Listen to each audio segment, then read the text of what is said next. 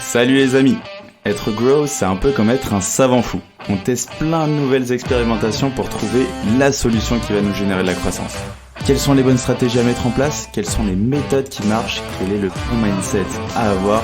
C'est l'objectif de Conseil de Growth, répondre à une problématique bien précise avec des solutions concrètes que tu peux implémenter dans ton business dès demain.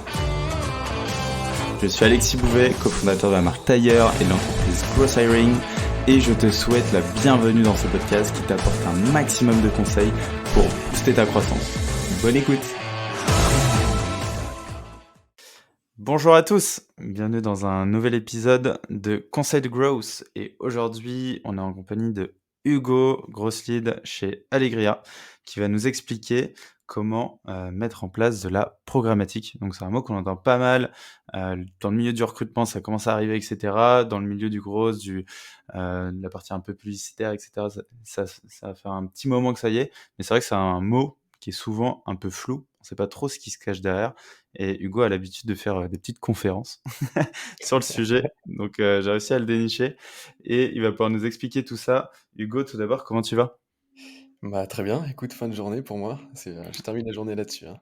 Magnifique. Bon, bah, c'est ça. Ce sera sur une note positive. Est-ce que tu peux nous expliquer un peu qui tu es, ce que tu fais? Ouais, écoute, bah, déjà merci pour l'invitation. Moi, ça me fait toujours plaisir de revenir un petit peu sur ce que je faisais avant, parce que c'est vrai que chez Allegria, là où je travaille aujourd'hui, j'en fais moins. Par contre, Mhm. j'interviens toujours auprès d'universités, bref, je spoil un petit peu. Donc, pour revenir un petit peu sur ce que je faisais et comment je suis arrivé dans le programmatique, que j'expliquerai plus tard, c'est assez aléatoire. Moi, j'ai fait la fac, j'ai fait Sciences Éco, ensuite j'ai fait un master de gestion de projet innovant, parce qu'il faut mettre des mots-clés à l'université. Ça reste très, très, très théorique. Et puis finalement, bon, bah, il vous encourage pas beaucoup, on va dire, à faire des expériences professionnelles. Et puis moi, on va dire, le premier stage obligatoire, c'était en M1, et pour des raisons un peu perso, j'ai pas pu le faire. Mhm. Donc la seule vraie expérience, on va dire, l'entrée en matière dans le milieu professionnel, parce que vraiment jusqu'en M2, j'avais aucune idée de ce que je souhaitais faire. Ok. On n'apprend rien de très concret, sans vouloir jeter un peu des pierres sur le système éducatif. C'est bien sur certains points, mais moins bien sur d'autres. Mais mon premier stage, c'était en M2, donc 6 mois, ultra formateur, et doublement de la chance parce que bah, j'ai pu le faire chez Ubisoft à Montréal. Donc Ah, juste, ça va, un grand luxe. c'était grand luxe. Et puis bon, bah, là aussi, on a conscience de la chance qu'on a, je pense qu'il faut le dire aussi. Je suis pas arrivé là par hasard non plus. J'ai été pistonné. Donc Mhm. sinon, il y a vraiment zéro Européen qui peuvent, qui peuvent effectuer un stage là-bas. Et pourquoi je dis doublement de la chance? Parce que déjà, c'est Ubisoft. C'est super intéressant de voir comment ça se passe dans des grosses structures en termes de process. Et surtout, on va dire, c'était la phase test monde. On va dire, ils testaient d'internaliser toutes les activités médias. Donc, ce que j'entends par activité média, c'est l'achat publicitaire, notamment le programmatique, et j'expliquerai encore une fois un peu plus tard. La partie créa, donc visuelle, la partie stratégie, et aussi la partie BI, business intelligence, où là, vraiment, pour moi, c'était totalement nouveau, et j'étais assez surpris justement de voir à quel point c'était important, à quel point c'était lent aussi dans les grands groupes, c'est-à-dire qu'on travaillait avec San Francisco pour Mhm. justement voir à chaque fois qu'on voulait, par exemple, changer un mot dans la base de données, par exemple notoriété, pour transformer en branding, il fallait Mhm. attendre 2 semaines, 3 semaines pour avant de voir justement les effets sur les bases, qu'on soit tous signalés que c'était bien modifié et qu'on pouvait y aller. Donc bref, super intéressant. Et donc c'est là-dessus que j'ai vraiment mis les pieds dans le programmatique. Et donc il y a un aspect de la publicité, c'est très très niche. Et j'ai fait mon mémoire là-dessus, et j'ai continué, on va dire, dans un trading desk. Donc, un trading desk, ce sont des agences qui sont spécialisées en programmatique. Et je voulais, on va dire, c'était beaucoup plus large. Ça fera du sens un peu plus tard, mais c'était beaucoup plus large qu'une simple agence, on va dire, Facebook Ads ou TikTok, ou en tout cas social media ou paid search. Donc c'était totalement nouveau, on va dire, pour moi, c'était il y a 5 ans. Et j'ai continué chez Clocks, premier taf. Donc là, j'ai eu pas mal de rôles aussi, où j'étais média trader au début, donc c'est achat média, que ce soit sur les réseaux sociaux, à la fois en programmatique, bref, tout ça. Et Mhm. ensuite, j'ai eu des rôles un peu plus produits, data, avant de gérer l'équipe et avant de monter le département growth pendant 1 an et demi. Donc je suis resté au total 5 ans. Et aujourd'hui, je travaille chez Allegria, donc je gère la partie growth chez eux. Allegria, c'est une boîte spécialisée dans le no-code. Donc on a 3 modèles d'affaires. Donc la boîte a un peu moins de 2 ans, on va avoir 2 ans en décembre. On est déjà 70, donc ça trace vraiment. Et puis les 3 modèles d'affaires, ce sont le studio.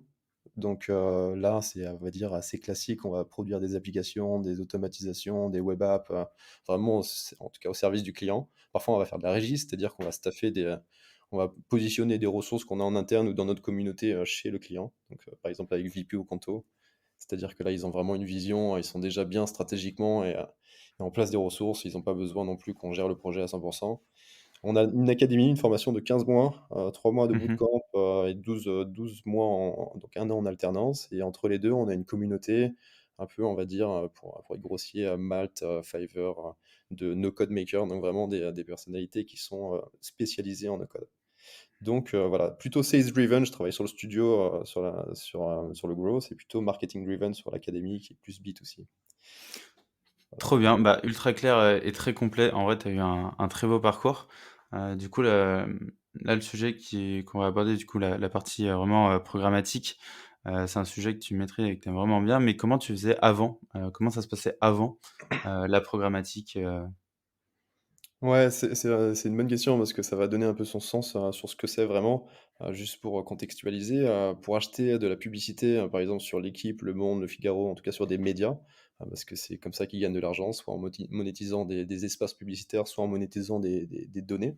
C'est pour ça que d'ailleurs le RGPD a été assez problématique pour eux, parce qu'il y a un volume de données qui est moins important, parce qu'on doit dire oui ou non à travers des CMP, hein, donc des bannières cookies. Bref, donc avant, pour monétiser, enfin en tout cas pour acheter chez eux, il fallait trouver leur numéro, il fallait essayer de tenter de les appeler, hein, en tout cas depuis leur site, tenter de les Mmh. appeler. S'ils ne répondaient pas, ce qui était fort probable, il fallait envoyer un email. Si jamais ils vous rappelaient, c'était top. Ensuite, il fallait lui expliquer un peu le projet. C'est-à-dire, on est Nike ou Adidas, il y a Noël qui approche, ça peut être intéressant de commencer à activer quelque chose, deuxième partie de novembre, première partie, première semaine de décembre, pas trop tard, pas trop tôt, et lui dire, bon voilà, j'ai 20 000 balles à mettre chez toi, est-ce que tu as des espaces disponibles? Parfois c'était oui, et tant mieux, on peut continuer la discussion, parfois c'était non. Il fallait Mmh. s'y prendre, ce qu'on appelait du media planning, hein, dans les agences, les grosses agences, c'est des grosses préoccupations qu'ils ont. Parce que pour le coup, eux, ils vont pas dealer avec du 2 000, 3 000 € par campagne, ils vont du dealer avec du 1 million parfois, avec Mmh. certains gros annonceurs. Donc il y a des gros enjeux en tout cas de délivrabilité du budget, alors que pour les petites agences, c'est plutôt on va dire des enjeux de performance plutôt que de délivrabilité. Plus on dépense, naturellement, plus c'est dur d'aller trouver de la perf. Et donc une fois qu'on a vraiment passé toutes ces steps, on va passer en phase de négo parce qu'on a 20 000 euros, c'est quand même pas rien. Ils vous proposent un prix, on va dire, au CPM, au coût par 1000 impressions. C'est l'affichage d'une publicité sur un site. Il va vous dire 3 euros, 4 euros. Et là, vous allez dire, bon, c'est sérieux, j'ai quand même 20K, tu me mets exactement le même prix du marché. Donc, phase de négo, on va dire, on va essayer de gagner 1 euro là-dessus. C'est assez important. Et puis ensuite, il est OK, il vous envoie ou elle est OK, il vous envoie une facture, vous signez. Enfin, on appelle ça un ordre d'insertion, c'est un peu bizarre les termes en publicité. Et puis il faut signer à la mano parce que rien n'est automatisé, il n'y a pas d'outil no code en régie ou en annonceur. Et puis après, on renvoie ça, on imprime, on signe, on renvoie, donc ça prend énormément de temps. Sauf que c'est pas du tout, on va dire, efficace parce que ça prend beaucoup de temps, beaucoup de ressources humaines. Et là, on n'a pas encore commencé à lancer la publicité. Et puis, nous, ce qui nous intéresse, c'est aussi, plus on va avoir de l'audience, c'est-à-dire, il faut itérer sur tous les médias qu'on veut. Donc, c'est-à-dire, on veut pas être non seulement sur l'équipe, on veut peut-être être sur les 60-70 médias qui parlent de sport premium, Rugby-Rama ou peu importe, Eurosport. Donc, imaginez, faire ça, c'est juste strictement impossible. Donc, finalement, on se cantonnait à diffuser sur 3 sites. Donc, en fait, c'était que du branding, c'était pas du tout de perf auparavant. Mmh. Hem, donc ça, c'était, comment on achetait avant. OK, donc ça, c'était le avant et là, aujourd'hui, c'est quoi un peu le game changer avec la publicité, programmatique? Et donc, bah, le programmatique, pour faire la transition, globalement, bah, déjà, ça va pour donner une définition un peu plus théorique, ça correspond à l'automatisation de l'achat et de la vente d'espaces publicitaires. Et Mmh. dans automatisation, ça va comprendre, vraiment, il y a plus besoin l'intermédiaire, ce sont les outils, il y a plus besoin d'aller contacter, on va dire, L'Équipe ou Le Monde ou Le Figaro. Eux, de leur côté, ils vont utiliser des outils qui s'appellent des SSP pour Supply Side Platform. OK. Eux, ils vont pouvoir monétiser, donner des directives à ces outils-là en disant, bah, moi, mon prix plancher, ça va être 3 euros. Ils peuvent aussi, ils ont beaucoup de contrôle, ils peuvent aussi blacklister des secteurs, par exemple l'édition. Il nous était arrivé chez Clox, on avait une campagne avec Gallimard ou Hachette, et puis on ne pouvait pas diffuser de pub sur Le Monde, hein. C'était problématique parce que c'est vraiment un souhait de leur part, parce qu'eux, ils Mmh. avaient une opération spéciale pour le livre de Michelle Obama. Donc en fait, directement à distance depuis leurs outils, ils permettent de tout contrôler dans l'écosystème et c'est assez incroyable parce qu'au moment d'auditer, d'uploader nos créas dans notre plateforme d'achat publicitaire, il y a des Mmh. algos qui vont faire le taf de rechercher à quel annonceur ça correspond, au nom de domaine, est-ce que c'est plutôt de l'édition, donc il y a vraiment un gros travail automatique qui est fait derrière. Donc déjà, tout ce qui est optimisation, achat média, il y a plus besoin d'intermédiaires, on gagne énormément de temps et il y a aussi l'automatisation de la facturation, comme je disais tout à l'heure. Il n'y a plus besoin de contractualiser avec eux parce qu'on va dépenser dans le DSP, donc notre outil d'achat publicitaire programmatique. Et puis à la fin du mois, on a une facture qui arrive et on va dire vous avez diffusé sur 2000 sites, sur plusieurs placements, etc., etc. Et cetera. Et ils vont eux-mêmes rétribuer les éditeurs. Et donc c'est vraiment l'achat, l'outil d'achat publicitaire qui va qui va gérer la rétribution des éditeurs. Donc gros gain de temps et puis ça permet aussi d'accéder à beaucoup de leviers comme on va dire de l'affichage extérieur, des consoles OK.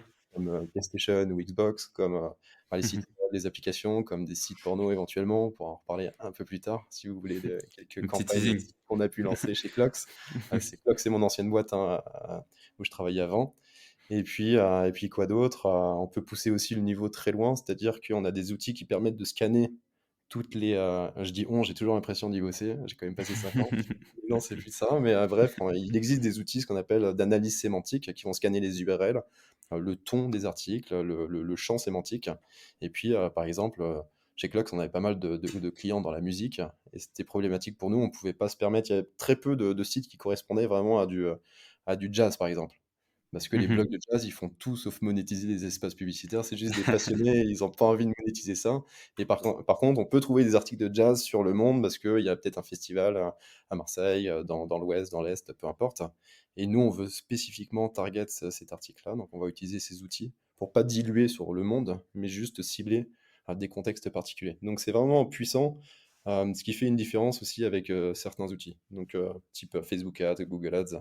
Et Ouais, c'est juste ça, euh, ouais, peut-être pour compléter, ce qui fait vraiment la diff dans la définition du programmatique, c'est le côté un peu open, ce qu'on appelle l'open web aussi. C'est-à-dire qu'il existe 4 formats, hein, comme tous. Il y a les bannières, il y a les vidéos, il y a le format natif, il y a de l'audio. Et puis là, il n'y a plus de limite sur où on veut diffuser. C'est-à-dire que demain, depuis mon DSP spécialisé en affichage extérieur, qu'on appelle le DOH, pour Digital Out of Home, je mets mes créas dans Displace, dans l'outil, et 24 heures plus tard, si c'est validé, ça part sur le parvis de la Défense, par exemple. Et il n'y a plus besoin de faire vraiment de la régie à l'ancienne, c'est assez fou, quoi. Ouais, c'est assez Ouais, fou et puis ça te laisse, des champs des possibles, surtout comme tu disais, tu vois, tu étais assez limité avant avec, 2-3 sites où tu peux aller, tu vois, et cetera. Là, tu peux aller sur des milliers de sites en un clic, quoi. Donc c'est vraiment ouais, assez dingue, gros et de contrôle, pou ouais, effectivement, ouais. mmh et de pouvoir analyser ça aussi, rapidement et puis pouvoir réitérer, en fonction. Et du coup, ouais, tu allais parler justement un peu de la différence entre Facebook, Google et cetera parce que ça ressemble quand on entend comme ça, on pourrait se dire: «Ah mais c'est un peu comme les Google Ads, Facebook Ads et cetera», mais Mmh. il y a des nuances. Est-ce que tu peux nous en parler un petit peu? Ouais, alors c'est vrai que si on prend vraiment la définition, le côté de la définition du système d'enchères, parce que c'est vrai que j'ai pas trop défini ça, mais la programmatique, souvent on fait référence au RTB, Real Time Bidding, donc c'est-à-dire système en enchères en temps réel. Mmh. Effectivement, Google Ads, ça a toujours fonctionné comme ça, c'est beaucoup plus vieux que le programmatique, Facebook aussi. La différence, c'est qu'ils n'ont pas ce côté open, ce qu'on appelle des walled gardens, des enclos fermés.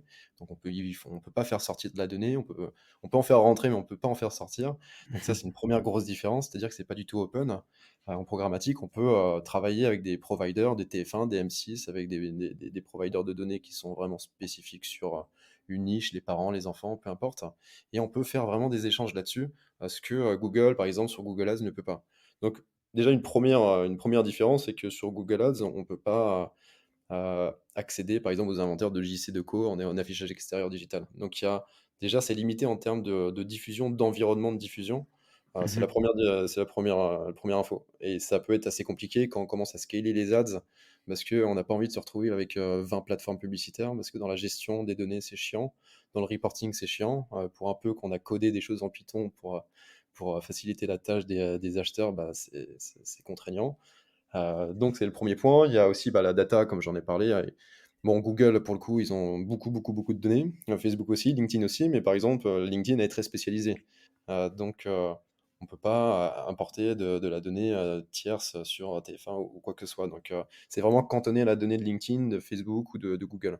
Alors qu'on peut aller chercher beaucoup plus large avec du programmatique sur des plateformes qui sont un peu plus neutres, on va dire. Il y a beaucoup plus de diffusion. Bon, c'est un peu plus technique, mais généralement, en fait, entre l'achat et la vente, il y a ce qu'on appelle des ad exchange. Et en Mmh. fait, Google ne traite qu'avec son propre ad exchange qui s'appelle Google Ad Exchange pour le coup. Facebook pareil, LinkedIn pareil. Ce qui fait qu'ils limitent la diffusion, ils veulent tout contrôler. Donc c'est une vraie black box. Alors que le programmatique, on va peut-être diffuser au travers de 60-70. Donc plus généralement on a de volume d'utilisateurs, en tout cas targetables, ciblables, on va dire, si on peut dire, plus Mmh. on aura de la place pour les algos, pour les orienter et pour chercher de la performance.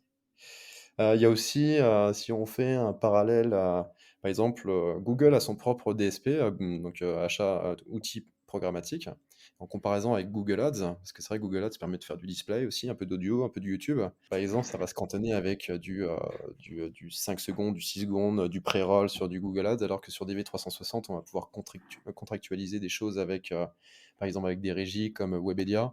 On va pouvoir Mmh. diffuser des formats spécifiques avec des influenceurs pour du 20 secondes, par exemple. Les pubs très très chiantes en pré-roll qui sont non skippables de 20 secondes, bah, c'est depuis DV360, l'outil de Google programmatique. Et sinon, quoi d'autre? Il y a des outils tiers aussi qui permettent de contrôler, on va dire, ce qu'on appelle la brand safety. Sur Google, ça reste limité. Il y en a qui sont vraiment spécialisés là-dedans, qu'on peut brancher aux outils programmatiques. Donc bref, globalement, ça reste assez technique, hein, c'est pas accessible à tout le monde non plus, mais on va dire l'étendue du possible est bien, bien, bien, bien plus large. Et justement, tu dis, c'est pas forcément accessible à tout le monde, mais à qui vraiment ça s'adresse? Tu vois, moi, ce que je me demande, est-ce que toutes les boîtes devraient se mettre à faire de la problématique? Quel est un peu l'objectif? Est-ce qu'il y a un objectif, déterminé derrière? Qu'est-ce que tu en Ouais, penses, toi? alors cette question franchement, ça me fait, je suis assez, ça me fait marrer d'y répondre maintenant parce que, clairement, j'aurais eu du mal étant chez Clox, on devait défendre un peu notre steak forcément. Ouais. Aujourd'hui, je suis chez Allegria et moi-même, je ne fais pas de programmatique alors que j'en ai fait pendant 5 ans. C'est vrai que je trouve que, souvent quand on est en startup, quand on veut lancer un projet, bah, c'est même, construction d'application, hein, on veut toujours, tester son marché, on veut construire son POC, son MVP.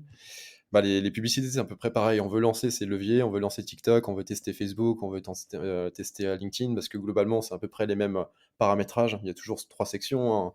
La Mmh. campagne, c'est un peu, on va dire, on va mettre le budget, les dates de campagne, il y a les audiences, ad set, ad group pour ceux qui connaissent. Puis ensuite, on upload les visuels. Donc c'est toujours un schéma en 3 étapes globalement. Alors que le programmatique, on peut vraiment vite se noyer là-dessus. Donc, moi, je dirais que le programmatique, c'est vraiment, top quand on veut scaler les ads parce que globalement, c'est bien plus puissant que ces outils-là.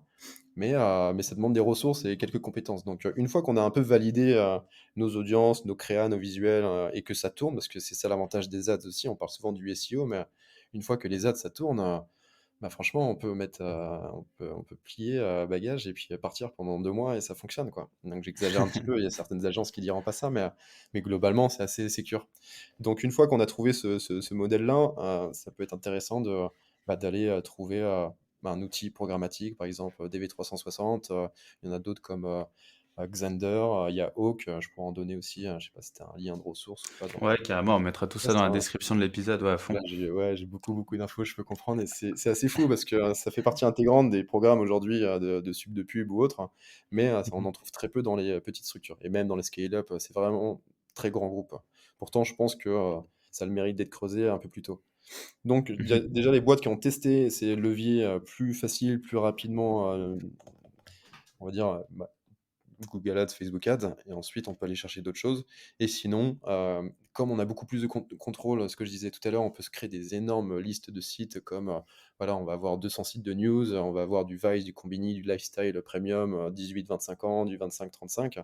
Donc une fois qu'on a fait ce gros travail un peu de régie en interne finalement, bah, c'est que de l'activation et ça apporte vraiment du gros gros contrôle pour faire du branding de masse, vraiment ultra qualitatif.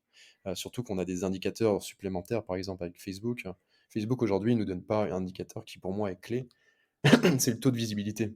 Et taux de Ouais. visibilité, il y a des critères, hein. Il y a vraiment des organismes qui contrôlent ça, qui définissent des standards. Et aujourd'hui, par exemple, sur une vidéo, il faut que ce soit vu à 50% dans l'écran et minimum 2 secondes. Ça veut dire que la vidéo a été vue. Ça veut dire qu'elle n'a pas été visionnée à 100% ou à 50%. Mais au moins, Mmh. ça donne l'occasion à l'utilisateur de pouvoir la voir, quoi. Et Facebook ne communique pas là-dessus, donc parce que, il y a un gros scrolling sans arrêt, tous les réseaux sociaux ne communiquent pas et c'est assez problématique. Et le programmatique, justement, ça va pouvoir, dire à l'algorithme d'optimiser justement sur le taux de visibilité, donc ça donne un gros contrôle. Donc, voilà, pour les boîtes, et c'est assez lié, hein, c'est des boîtes matures qui peuvent se permettre d'avoir un budget, branding, hein, qui ont compris, l'impact que ça peut avoir, mais généralement, on fait pas ça au début, on fait plutôt de la perf, pure perf. Et bien, Mmh. là, le programmatique, franchement, ça semble ultra important et pour moi, c'est évident. Ouais, c'est l'idéal. OK. Mmh. Génial, est-ce que tu as des exemples, de campagnes, sympas que tu as pu mettre en place et que tu pourrais, nous partager, Ouais, ouais, ouais, j'en ai, je cite toujours les mêmes parce que c'est les plus marrantes. J'ai pas dit, vraiment quel a été le positionnement de Clox, mais donc c'est un peu moins comme ça aujourd'hui, mais ça l'a été pendant 4 ans, c'est-à-dire, travailler spécialement pour les acteurs de la culture et du sport, donc les Mmh théâtres, les musées, les châteaux, les, 12 des 14 clubs du top 14, une bonne partie de clubs de Ligue 1, de Ligue 2, les plus gros labels indépendants, donc vraiment c'était trop, trop cool. On avait plein d'avantages aussi à droite, à gauche.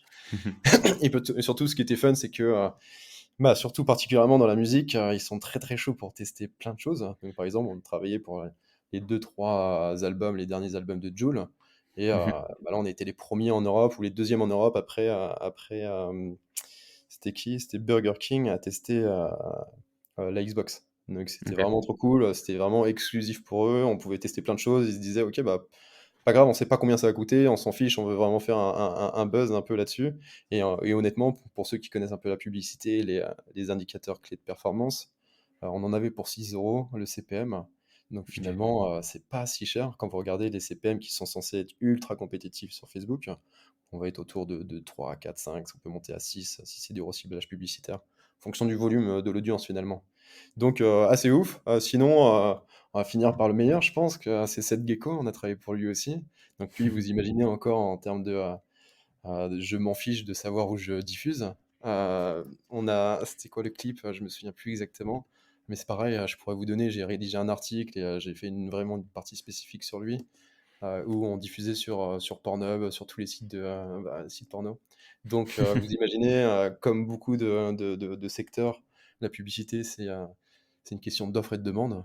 Donc il y a très peu d'annonceurs qui veulent, diffuser sur les sites porno. Et par contre, la demande, on doit avoir 3 ou 4 sites, en termes de trafic dans le top 15 des plus visités en France et dans tous les pays du monde, je pense. Donc autant vous dire que les CPM, ça coûtait pas grand-chose, ça coûtait, on va dire, peut-être 0,40 centimes.